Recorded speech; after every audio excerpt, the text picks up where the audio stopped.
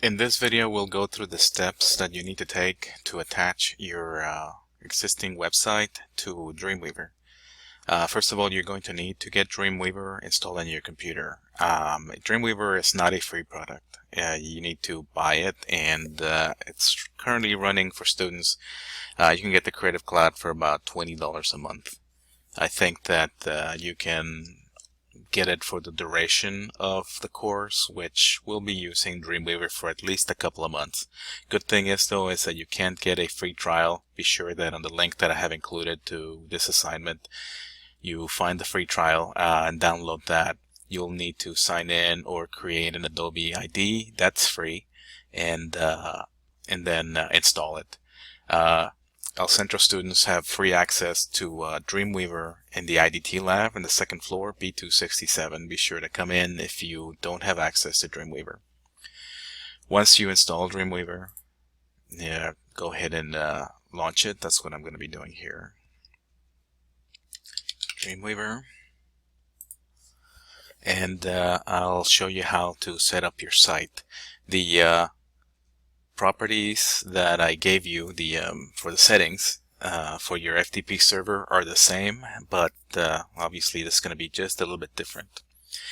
You may get something like this when you first start it. You might see something different. They might show you new features. Be sure to check out some of the videos that are included with the Dreamweaver installation, because they show you how to do a lot of cool stuff. I'm going to close that now though. And I'm going to find the site menu and tell it to create a new site. So it tells me right away. Also, be sure, let me close this, be sure that you're a beginner up here. If you don't see beginner, if you see design or code or anything else, then make sure that that's beginner. If you're not using Dreamweaver CC 2015.1 or even Dreamweaver CC of any kind, then this is not going to look anything like it. CS6 and before that, Adobe just changed. They got rid of that. They're no longer supporting it, so be wary of that. That if you have an older version of Dreamweaver, it's not going to make much sense what I'm talking about. I'm going to click on site again and finish that new site. My site name, unnamed site number 2, which I can leave it at that, but I'm going to call it something else. I'll call it Web 2, although my site already exists on my computer, and it may be called something else. I'll still call it Web 2. My local site folder is that folder that I'm talking about that already exists on my computer. I'll click on the folder to browse for it. I know that I have it in my desktop, and there is Web 2. I'll double click just to open it. I see some of the stuff that I already have in there. My folder Web 2 will be the one I select. Next comes the server. I'll click on the server and I'll get a new window. If you, for whatever reason, clicked on save thinking that you were done, like I just did here, you can always go back to site and tell it to manage sites. There's the Web 2 that we just created. Then I click on servers. I have no servers currently set up, so I'll click on plus to add a new server. My server name, I'll keep the same name, Web 2. We're connecting using FTP. Port 21 is fine. The FTP address is the address that you've been using so far. F. Rodriguez is mine. We are idtprof. My username is the truncated F. Rodrig U. And my password is my password. You already know what your password is. Be sure you click on test to see if you can connect. If you can't connect, if you get an error, then let's see, like I just did, see what I did wrong. I have web2 frodriguez.weareidt.com. My username is frodrigu. I may have misspelled my password. I'll click on test again, and indeed I misspelled my password, and now I have connected successfully. Before we click save, we need to change the root directory to the root directory in our server. That's /public_HTML. It's the same as FileZilla. And now we can click on save. If you didn't clear the error before clicking save, you need to go back and make sure that you have no errors when you test. Otherwise, you will not be able to move forward. I'll click on done, and now I see in my local view that this is what's actually on my folder in my computer. I have my week 3 assignment, I have my index. I'm going to double click on index just to see what's going on there. And when I open it, it shows me WYSIWYG window. That's what you see, is what you get on top. So I see my code was written in HTML. It's got all the code syntax and all the bells and whistles below here, and it shows me what it actually looks like in the page up at the top. I can change the way that this is viewed by clicking on view and say to split vertically, and then that way I have my window on the left side for the WYSIWYG, and I have the code on the right. This is going to be up to you, however you want to use it. I may be using different views as I make more videos, but it's the same information. If you want, you can see just the code, and then you go back to working as you were before in FileZilla, or you can click exclusively in Design. This may say live on yours, and if that's the case, then it's actually going to be showing you what your site looks like on a browser.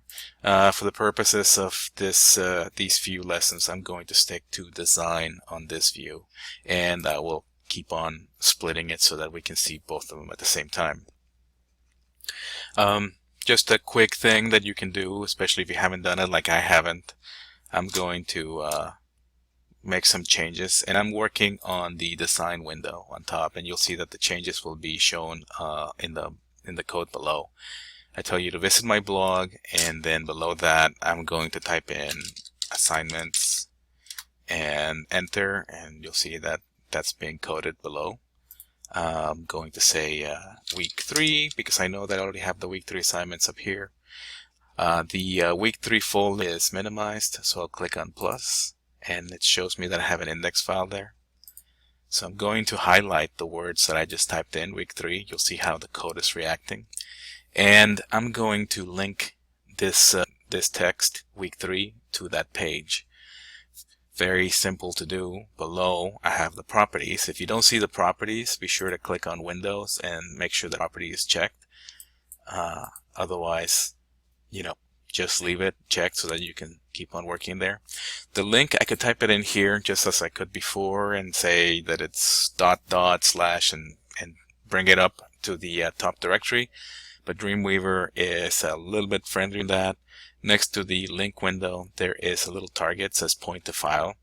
I'm going to click on that and drag it to that index.html and let go when I hit it, and the code is written for me.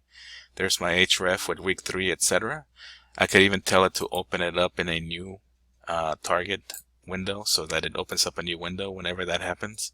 And since I'm already all plugged in to my server, I can go to my file manager, which is right here, file management, these two windows, these two arrows. Click on that and tell it to put the file. So there's the file that has been modified. This is what we're working on. Do you wish to save the file? And I'll say yes to all, just so that I know that everything is saved. Should dependent files be included in the transfer? Currently we don't have any dependent files. We don't have any photos or anything like that, but I'll click on yes just to sort of get used to doing that. And so now my site has been uploaded. I'll be able to check it in my browser. Let me go back to my browser, and I already have my site open on another tab. I'll need to reload it since I just made those changes. And now I see that I have hello world, visit my blog, which will take me to my blog. It's on week 3. I click on week 3 and it takes me to my simple looking site. We'll be working on making changes to these sites so that we take full advantage of what Dreamweaver can do. I'm going to close this one for now. If you want to make additional changes to your site, by all means do. I mean, assignments, for example, could be you can change the format below from paragraph to maybe a heading 2, since you already have a heading 1. And week 3, I'll highlight that and go and check the unordered list so that I get a bullet item. I still haven't worked on week 4, so I'll still just type in week 4 after that, and see how it keeps the formatting for the unordered list. Hello world, I can maybe make that bold and italic. I can make, multiple changes. As we start to style our pages, we'll be able to make these look even better. So I'll just, before I sign off, I'll put this file, say yes to all and yes again. I'll return and reload my page, and the changes that I just made are right there. So there will be more instructions coming up soon. Thanks for watching.